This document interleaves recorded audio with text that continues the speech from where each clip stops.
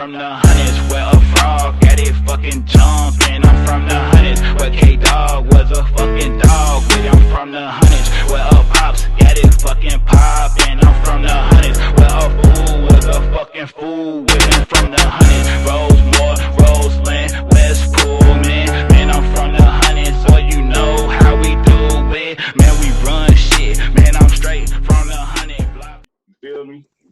That's a good thing. That's a good thing, bruh. That's a good thing. I appreciate that.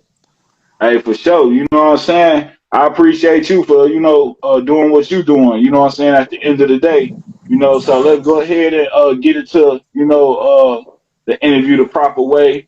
Go ahead and introduce yourself to the platform, bro.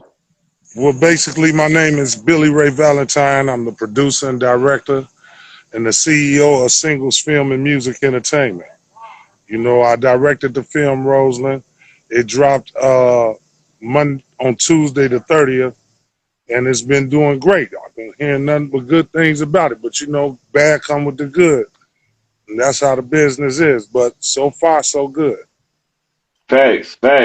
So, let's get it get the people a little of your background. Like, where you originate from? Where you from? You born and raised in Chicago? Born, bred, and raised in Chicago, the streets of Inglewood. 69th and Halsted, 67th and Parnell, Lamron, all that, I was a black disciple in my past, and, I elevated to come up to this, and I tell stories about what's going on in Chicago from my perspective. Okay, so you being from down that way, how did you get into talking about Roseland? What's your connection to Roseland? Well, I grew up in Roseland. And while living in Roseland, I hung in Inglewood. You see what I'm saying? But I lived off that block that we shot the movie on, 106th Place, right off Wentworth. I was over there. I moved over there in '86, and I left there in '94. Okay. But I'm originally from the Robert Taylor Homes, 5201 South Federal. Then I moved over in the Washington Park area. You know what I'm saying? Then we moved to Inglewood, and we moved to Roseland. But while in Roseland, I would always go back to my hood. I mean, that's where my roots was. Indeed. Ain't nothing wrong with that. So when did you start getting into, filming and producing and things of that nature? You always been into that, or, all my life. As far as I can remember, brother, as far as I can remember. This started with me when I was 8 years old. I went to the show and I saw a film, Black Caesar. My big brother took me to see Black Caesar. And I at my age back then, we never used to see our people on the big screen and that structure. Although it was blaxploitation and our heroes was pimps and pushers, and we had people like Jim Brown who would take down the man, but we also had people like Fred Williamson who took on the man. And those are never heroes in my life. I've been doing this entertainment thing for 37 years. I started this in 1984. I was a breakdancer. You know what I'm saying?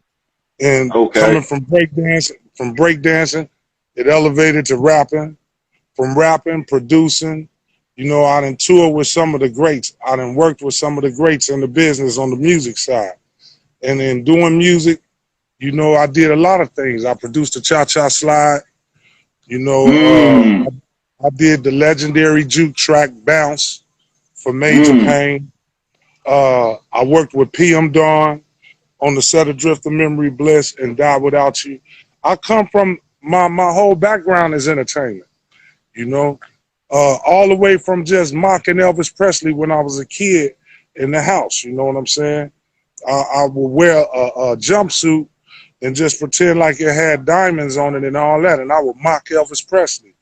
As a shorty after coming from the show to see Black Caesar, I think I was like 13 or 14. I used to walk around my neighborhood and mock my dialogue. Like when I walk up to my homies and say what's up to them, that was rehearsed. Because in my mindset, I had theme music and everything playing in my head. And when I would speak to my homies, I would speak to them in a dialogue manner. I love film that much. So Roseland came about sitting at the dinner table on Thanksgiving. Me and my little brother, we was reminiscing about our life when we lived on 106th place. And it was hilarious to me. And that right there kicked it off. I'm like, man, I'm finna do a movie on that, you know? And then, you know, I got some great feedback on it. I mean, it's more love than hate. And love conquers hate, man. And that's how I feel about it. And that's real. You know, at the end of the day, you use your creative talents, you know, to put something out there. You know, like what was your what response did you want? You know, what was you trying to get out of making Roseland? What was your objective? It wasn't about a response. To me, it doesn't matter to me what anybody thinks. I started and I finished. That's where it counts for me. But at the time making that film, man, that was at the peak of the pandemic. I started shooting Roseland in May of 2020, and we was on lockdown, and everybody was fed up. It was frustrating being locked down. We couldn't do nothing. There wasn't nothing to do. So I'm gonna be honest with you. Me, Shantae Renee, we discussed it. Me and my guys, we discussed it. Julia T. Allen, and I was like, I'm not scared. If you ain't scared, I ain't scared. So we all got out there, man. We were safe. We put the mask on and we started shooting. And slowly but surely, the block started coming out and the people in the neighborhood started participating. You know what I'm saying? And before it was over, I shot Roseland in 30 days. But within that 30 days, there were people on the block who gave us their houses. You know, they was like, hey, you can use my yard. You know, you can use my porch. Some of the kids is in the movie that's from the neighborhood. You know what I'm saying? And, of course, you're going to have somebody that's completely against it, but we use that to our advantage. Roseland to me is very significant because the circumstances we was in while filming that, I felt like we needed a laugh. We needed something, you know, to smile about. Every time the media focus on Chicago is negative. You know what I'm saying?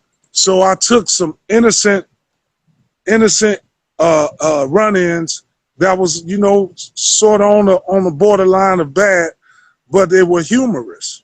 And, you know, my thing was Juju plays the role of my real life little brother. You know, and only thing I twisted was, you know, you could be warned so much, and you can ignore them warnings and things happen.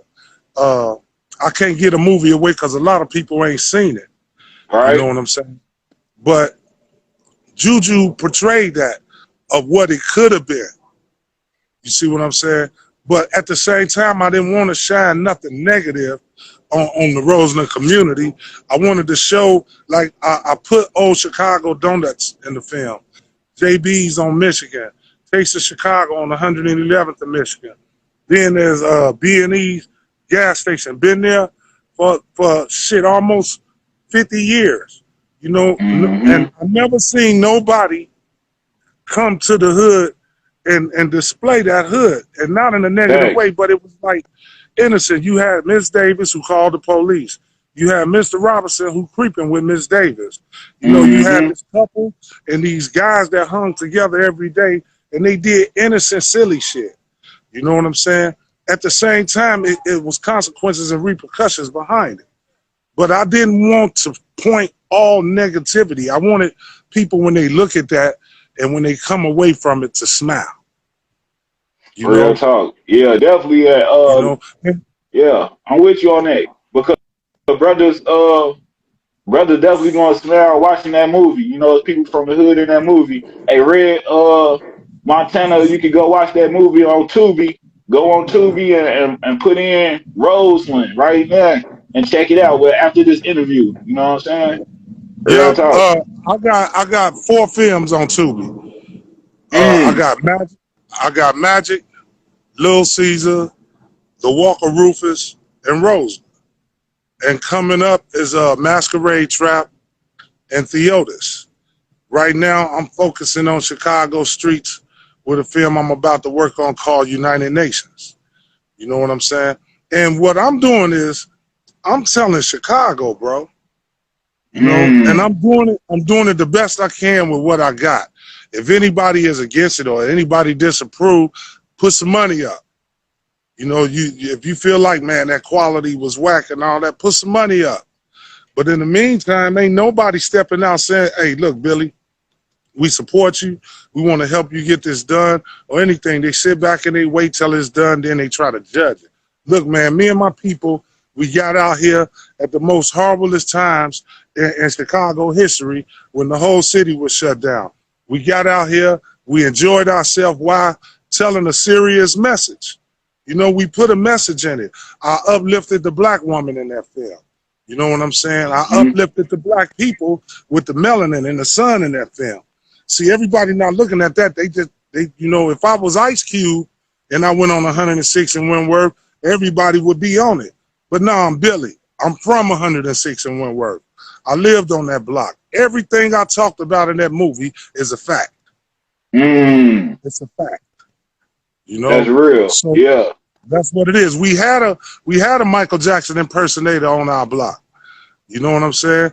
We had a Prince impersonator on our block.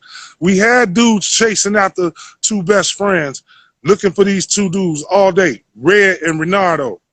You know what I'm saying? These was my real guys. I just gave them good game and hood. You know what I'm saying? And then Juju was my brother. That was my little brother. You know, our house was always the house. My porch was packed with the homies because it's 5 boys and 1 girl. If each of us got 2 companies, that's a party. You know? So I wasn't trying to shame our hood. I uplifted the hood. Because every time somebody come through there, it's either the news for a murder, somebody got robbed, or something else. So let's talk about something that makes us laugh. Let's talk about how little dirty woman called him trying to holler at a chick and she slapped him. Right. You know? And that was humorous to us. I love what I do, man. I stand by it to the fullest. I don't care what nobody say. I don't care about nobody's opinion. If it's good, it's good. If it's bad, it's bad. The fact is, we started it, we finished it, and it's out here. That's real. That's definitely real. Do you have any producer people of that nature who inspired you, you know, to get into this? Yeah, man. Like I said, I've been into it since I was a kid, but today, you got people like Antoine Fuqua, F. Gary Gray, you know what I'm saying? Martin Scorsese, even Sean Penn, Ben Affleck. Those directors, they rock. You know what I'm saying? They take care of their business. Even on the horror side, you know, John Carpenter, people like that. I was fascinated with films when I was a shorty. And we used to rent the films. I would love to rent the films because I would watch the extra content to see why this director shot this way and what made him. He said he wanted the camera up high. Why? You know. So I studied all that. And that's how it all came about. I'm self-taught.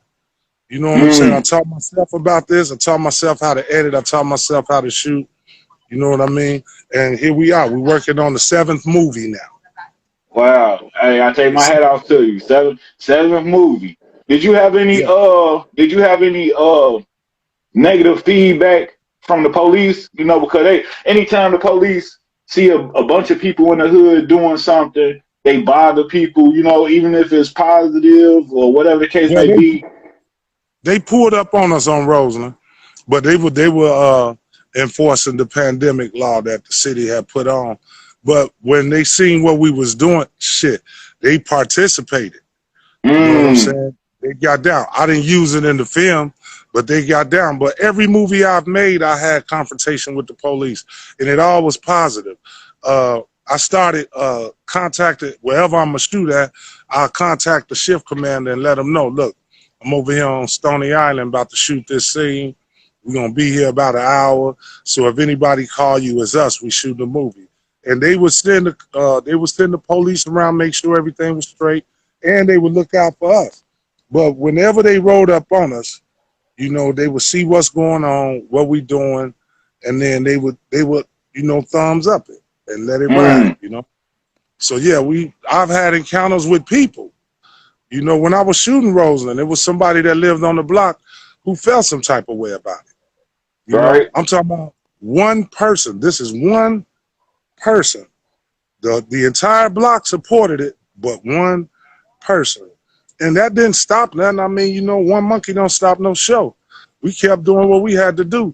What people didn't understand is some of the people that live there today wasn't there when I lived there. So some of them didn't understand that this is where I come from. You know, I used my childhood home, I used my next door neighbor's home, and we made that movie. That's real. That's definitely real. At the end of the day, you, like I say, you know, I watched the movie. You know, I like a lot of different parts in the movie. Like you said, you know, when the girl pointed out old fashioned donut, you know what I'm saying? That hit home right there. Yeah, because she come out the stove and then she point at old fashioned, and that's something that we would do. Be like, man, we finna slide the old fashioned donut, go get some donuts or get a shake or something. You know what I'm saying? Right. So Or go up to the Taste of Chicago on 111 and grab a gyro or something. You know what I'm saying? Get a gym shoe off top. Real Right. talk. And right after we wrapped that movie, when we finished shooting it, the George Floyd situation hit. So, you know, they tore up old fashioned donuts.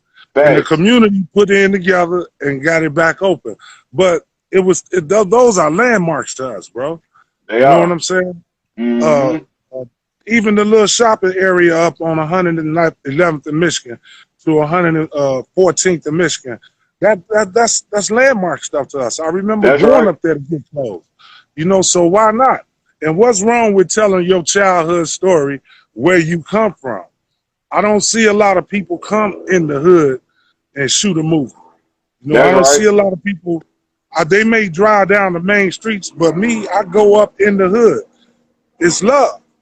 It's love. And ain't nothing wrong with it. And you invite the people that's part of that neighborhood. You invite them to participate if they want to, man. A lot of people don't do that. You know what I'm saying? I agree. And I don't knock them for not, but I'm just a different type of person. That's real. I mean, did you the people who participated in the movie, did they get paid for it, or it was just off the strength? It was off the love and on the back end. You know what I'm saying? But you know, like I said, we did the best we could with what we had. Now we're in a situation where when actors come on set and do their work, they get paid that day. You know what I'm saying? But back then we was working, everybody was sacrificing. Shit, I was homeless when I was shooting Roseland. You know what I'm saying? Hey, so you was homeless shooting a movie. Yeah. That's crazy. Yeah, that's crazy. I was homeless for about a year and a half doing that. And I don't mean homeless where I'm living in some tent or something, but I'm couch hopping. You know what I'm saying? And I'm chilling with the homies, but I'm getting it done. And that was the mission to me. I jumped out on this shit on fate. I believe in it. I believe in me. So I'm going to keep going. That's right. And that's all you can do at the end of the day. You know, a question the people want to know is all the actors from the hood or Chicago? Is all the actors from Chicago? Okay. Everybody from Chicago. But no. Shantae Renee, the house that she lived in on the block was literally her cousin's house. You know what I'm saying? That's her cousin's house. And the house where Juju lived, that was my house when I was a shorty. You know what I'm saying? And the house that Michael Jackson lived in, that's my best friend's house. He still live there right now. You know? Hey, okay. But no, these people are real actors, man. They put their best foot forward to do this stuff. You know, some of them play in Vulture City, some of them play in other movies, some of them go down to Center Space and do background work on Chicago PD. All it is it's a group of people that believe in one vision and say, "Come on, man, lead us there. Let's get it." you That's know, and we right. go get it. That's the business. That's the business. Anytime, brothers and sisters come together as a collective, for a positive, what I'm saying, endeavor, that's the business at the end of the Yeah, day. man. You know, That's no yeah, doubt. so I what saw, I so saw, like go ahead. I saw. When it came out, I see nothing but positive feedback. But with that, you're gonna see some negative. I saw one brother say, they're on 106 in Wentworth, and not none one of them are from that block. I'm from that block. You know what I'm saying? I'm from that block. That I know everybody on that block. You know, and Mm-hmm. even the new people, when they found out who you really was, it was love. It's just love, man. Ain't no them people was happy. We was out there doing that. People was coming out on their porch because a lot of people were scared to come outside because of the pandemic, but they was coming out on their porch, and eventually people started barbecuing. You know what I'm saying? Their kids start coming out. I looked up kids riding the bikes up and down the block. The fear was gone. The fear was gone, Mm. and the atmosphere was all love. We had a family structure on set. Even we would barbecue. While on set, we would barbecue and film scenes and knock that shit out. That's just what it was, bro. It was people That's who real. believed in it, and I appreciate all the love. I appreciate all the hate, because them haters sure know they can make a motherfucker go look at something. So I appreciate that. And more importantly, I appreciate my team that rocked with me, that rock with me to Mm. this day. I appreciate them. That's real. Shout out to your team. You know what I'm saying? Hey, what when you put the the front of the movie, because when you look at the movie cover, it looked like some guys from like California. You know what I'm saying? With red bandanas, and brother Yeah. got a bay shirt on. That's because that's why I asked you, was all the actors from Chicago, because it gotta Every last it one of gotta them. Yeah. kind of like a little Cali look to it. Yeah, every last one of them from Chicago. And it wasn't that I wasn't trying to make it no Cali look. I wanted it to have bright colors. When you see it, you don't look at it like, what's this? You like, this might be funny. It seemed interesting. But back in my day, it was MCs right there. You know what I'm Mm-hmm. saying? It was the moles. And what's the moles color? Black and red. Boom. You Thanks. know what I'm saying? And that's what it was, man. Um, and the front cover, that's artwork. Them Mm. houses you see on the front cover ain't the block. Right. You know what I'm saying? And that's artwork. What I was trying to do is create a good feeling atmosphere when you look at that cover, and I think we pulled it off. Real talk. So what is the legacy that you want to leave? When it's all said and done, who you want your legacy to be, or what do you want to be known for? At the end of the day.